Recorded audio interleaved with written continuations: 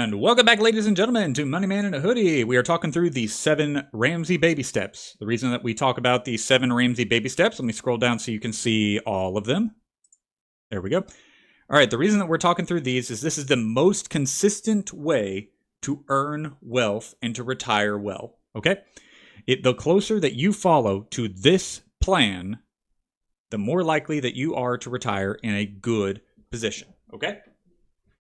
Now, at this point, if you've been following the others, if you saved up $1,000 for your starter emergency fund so that you could safely pay off all debt except for the house using the debt snowball, and then after you paid off all your debts, which step 3 will not take long if you've done all of the rest of the things, you would be able to save 3 to 6 months of expenses in a fully funded emergency fund. That one should not take long. You'd start saving money for a home down payment. Once you've done those things, which once you're out of debt does not take very long, you start baby step 4, investing 15% of your household income in retirement. Now, I want to be very clear about this. Do not do single stocks, okay? The Acorn app thing that invests money for you as you make purchases does not work. The reason it doesn't work, you're saving money. Any money is better. Sure, any money is better than no money. But there's a reason why it is important for you to invest 15% of your income, because as you saw in all of these other places here, you are changing your habits. 22%, based off of the research that I've done, 22% of people in the United States of America in 2023 had zero money for emergencies. Not just they didn't have enough to cover a $1,000 bill, they had no money to cover emergencies. So if you do this first step, saving $1,000 for your starter emergency fund, you're already ahead of a ton of people in the United States. If you have paid off all of your debt, except for your house using a debt snowball, then you are changing behaviors again. 2 times you change behaviors that are different than a lot of people in the United States. And if you've been in financial problems, you're changing behaviors here, saving 3 to 6 months of expenses. 22% don't have enough for, don't have any emergency savings whatsoever. Over 50% don't have enough to cover a couple months of expenses. If you do this, then you have a better financial practice than over half of the people in the United States. And of course, saving money for a home down payment. There is an option to buy a home without a down payment. I would recommend not doing that because it's going to give you a really high mortgage payment month by month. But the reason for all of that is so that when you get to baby step 4, you have changed your habits. And now you are going to add a habit of investing 15% of your household income in retirement. Changed habits and replacing them with good habits are far more powerful than accidentally investing when you buy a $5 coffee at Starbucks. Okay, that's why the whole Acorns thing doesn't work. And now I want to show you something really cool over here on the Ramsey Retirement Calculator. You can find this on their website. So what we're going to do here is we're going to run some basic numbers, and we're just going to see what's going to happen. This is not anything like super specific to what you're going to do, and I'll explain that more as we go along, but like this will give you a rough reason to get excited. Let's say that you're running the 7 baby steps, okay? Let's say you got out of college, you got student loans, you got car payments, you got credit cards, maybe a personal loan. It's going to take you some time to clean up, okay?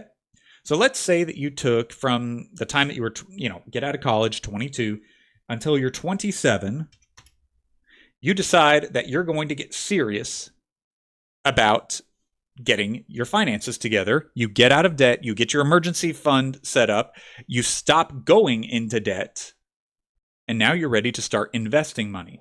Oh, and guess what?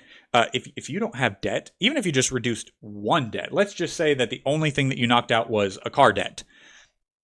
2023, the average car debts in the United States were $500 a month for a used car and $700 a month for a new car, okay? So even if that was the only debt that you would get rid of, you would have the money to do this part. So once you do those other baby steps, you've got a safety net in place and you can start safely investing money. Let's see what it would look like. Let's say that you had zero amount of money in investments when you started. You're going to invest in either a 401k or an IRA, preferably. If you have a choice, Roth would be the best way to go. My wife and I have a Roth IRA. You want to do this, and the way it goes is match is the best one. Match beats Roth. Roth beats traditional. And of course, I think this should be obvious, traditional beats Social Security. Okay? You do not want to rely on Social Security. If you want to know how Social Security is working, go drive through town and take a good look at that one pothole on Main Street that has been there for a long time and ask yourself, how long has it been since that showed up? And how long has it been since it's been filled and repaved? Then ask yourself, do I really want to put the government in charge of my retirement? That should give you enough motivation to do this. How much will you contribute monthly? Well, let's say that you have a rough go around and all you can do is $100 a month. I mean, you could do that, right? I mean, you get rid of a car payment. Let's say it's on the low end of $500 a month. You still got $400 other dollars to put somewhere else. And your annual return, it is pretty common to find a fund that gets you a 10% return. Okay, so we've got 27 to 67. That's 40 years, putting $100 a month. And if you never increased it, which is rare, but if you decided that you were never going to increase it from $100 a month and you invest $100 for 40 years at a 10% growth rate, by the time you retire, you would have $632,450. Now, if you want to know why that's a big deal, if you were to retire at 67 and you were to take 9% out of this, which means you're taking out less than the interest that you're getting every year, which means that the next year, by the next year that comes around, that money that you took out would be replenished. You could take out $50,000 every single year from this money, and it would never, ever, ever run out. And look at this. Look at how much money you put in. $48,000. That's a 1-year salary. That's all you put in. 40 years, it's like you just took one whole year's earnings and you threw it into retirement. And then the other 92% of the total is just growth. The other $584,000 is all growth. So how do you get that 584 from 48,000? This is why you want to do a Roth IRA or a Roth 401k. You want to do something that grows on itself. So what these accounts do basically is this is a fund that works with a whole bunch of companies, okay? A ton of companies benefit from this fund, so that if one of them were to go down, let's say one of the companies goes completely out of business, if you had a single stock in that entire company, which again, you should never, ever, ever do a single stock investment. If you put all your money into that and that company fails, you just lost all that money. But if you put it in one of these funds, and those funds that have, multiple companies tied to it, like a couple of dozen or more companies tied to it, and one of them fails, but all the others are fine, you may lose a little bit, but most of your money is going to be fine. That's the whole purpose of looking this at a 10% annual return. This is based on an average of 30 years, okay? Look at this. Historically, 30-year return of the S&P 500. S&P 500 is pretty basic weather stick that tells you how much these funds are going to earn, okay? If you have a good Roth IRA, you're probably going to earn 10%. Got it? So you want to look for those 30-year records of 10% or more. And what happens is every dollar that's in that account, not just the money that you put in, everything in the account gets interest. Look at this here. See the way that this goes, how it starts down here pretty low, and then all of a sudden, the more it goes, the bigger the curve goes upward. All of a sudden, you go from 571,000 to 632,000. That's a big jump. That's a big jump just from that short period of time. What if, let's say, instead of 67, you retired at 70? You decided to work a few more years. Well, that $632,000 is going to jump to $856,000. See how that happens? You get these big jumps in money. Now, $100 a month is pretty low. All right, let's be honest. That is a pretty low number. So let's pull this back down to the 67 because I want you guys to see this, okay? This is a pretty low number. You should be putting in more than this. You should be putting in 15%. Let's say that instead of $100 a month, let's say you still don't want to fully commit to it. You want to put a little bit in, but you don't really want to go, as we say in our family, you don't want to go ham on it. You don't necessarily want to like dive in full force. Let's say you go up to $200 a month. You're like, okay, well, look, the $600,000 is exciting, but I know myself. I know I'm going to have some medical problems later on down the line. So what happens if we bump it up to $200,000? Same period of time, or not $200,000, $200 a month. Same account. We're just putting $200 in instead of $100. It jumps up to over $1 million. Look at this, people. Look at this. Your $1 million mark is right there in 2062. Then after that, 63, 64, you have all this time over here. You get to here, 62, 63, 64. Those 3 years are all over $1 million. You know what this means? If you were to take this money and withdraw 9%, like we were saying earlier, you were to withdraw 9% of it, you'd be withdrawing about $100,000 a year when you're not working.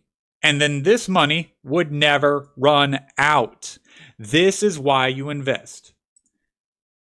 You want to see something really exciting? This should be, if you're not convinced on the getting out of debt thing, here's a little bit of an exciting thing for you. Let's say you got out of debt and you just said, you know what? We still want to use our money to have some fun with it. And even if we get a raise, we're never going to increase it from an amount. But let's just say that we took our car payment, our used car payment of $500 a month, and we're only going to plug that in, and that's going to be all that we do, and we're going to do that every single year, every single month, until we retire at 67. You want to know how much it would be if you put $500, just the cost of a used car payment. You decide, I'm never going to get a used car payment again, and instead of getting a used car and making payments every month, I'm just going to put that money into a Roth IRA that earns 10% and just let it sit there until I retire. That's $3 million, y'all. $3 million in your retirement if all you did was put a used car payments amount into an account every month for 40 years. Is this not enough for you to get excited about getting out of debt? Is this not enough to get you excited about getting out of debt? Look at this. Is $3 million... Let's take that out, okay? Let's take that out right now. You know what? I'm going to pull up a calculator on my phone so I can give you this exact number, okay? You want to know how much it would be if you pulled 9% out of this account every single year. Every single year, you pulled 9% out of this so that within the next year, it would refill and still grow a little bit. That means that every single year, you would be living off of $284,000.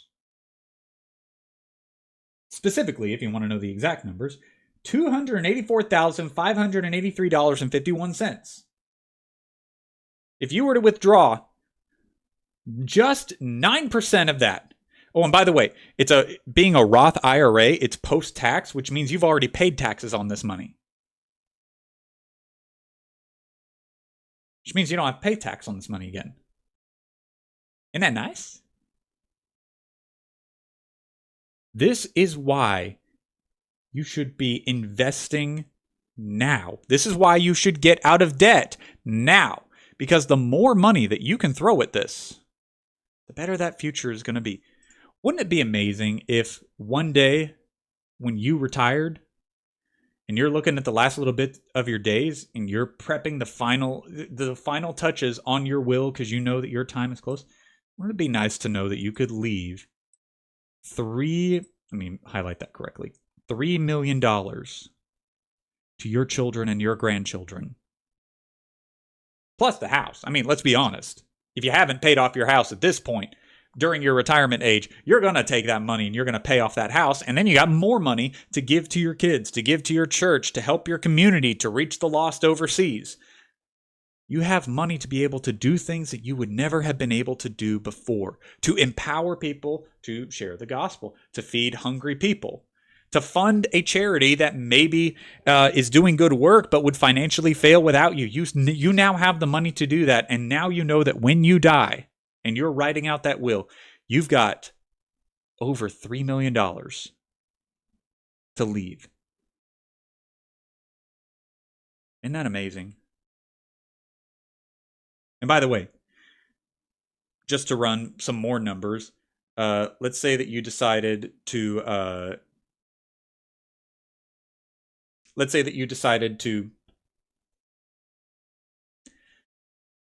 that word that I'm looking for? Let's say that you decided to, as we say in our family, go ham and invest the full 15% of your annual household income. Specifically, go over here.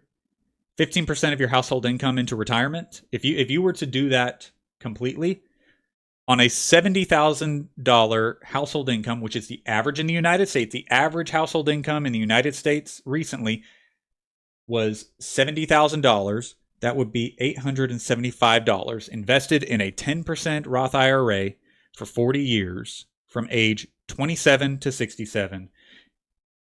It's $5.5 million. That's why this is important to do. That's why you should be serious about getting out of debt. That's why you should be serious about paying off all of that debt except for the house. Because when you do that, you have the free money to save money for emergencies, which allows you to safely invest all of that money and have $5 million to live off of. Look at that. I mean, like, that's $500,000 that you get to live off of in retirement and do whatever the heck you want to. You could live on a cruise boat for $500,000. Or you could be the person that gives the absolute most in your community. Look at this. You want to know what's really wild over here? Look at when you reach that $1 million mark. Less than 20 years after. Because you got serious and you invested now. That's why you should get excited about getting out of debt and staying out of debt, saving 3 to 6 months of your expenses in a fully funded emergency fund. Why you should save for your home, save money for a down payment on a home so that your mortgage isn't ridiculous. That's why. That should give you hope for the future, that you don't have to be one of those people that struggles to survive on Social Security because you're ready for the day when you stop working. And trust me, if you can't pay for your medical expenses off of $500,000, that's a pretty serious medical thing. But with $500,000, you can afford just about any health thing that comes up that you need to do. Why would you not? That's all I got for you today, ladies and gentlemen. Let me know if this has excited you any, or if it maybe if you're just not certain, if there's something that keeps you uncertain about this. And look, I'm not just telling you to do something that I'm not doing. My wife and I are doing this ourselves. We are doing this right now due to a recent car accident. We've had to slow down some of our savings, but we have been saving. I started saving money as soon as I got out of college, so I'm not telling you to do anything that I'm not doing myself. This is doable. The average person has the ability to retire and live safely without relying on the government, who can't even fill in a daggum pothole for 15 years. You can do it. So get out there and decide to do it. Thank you guys, and I'll see you later.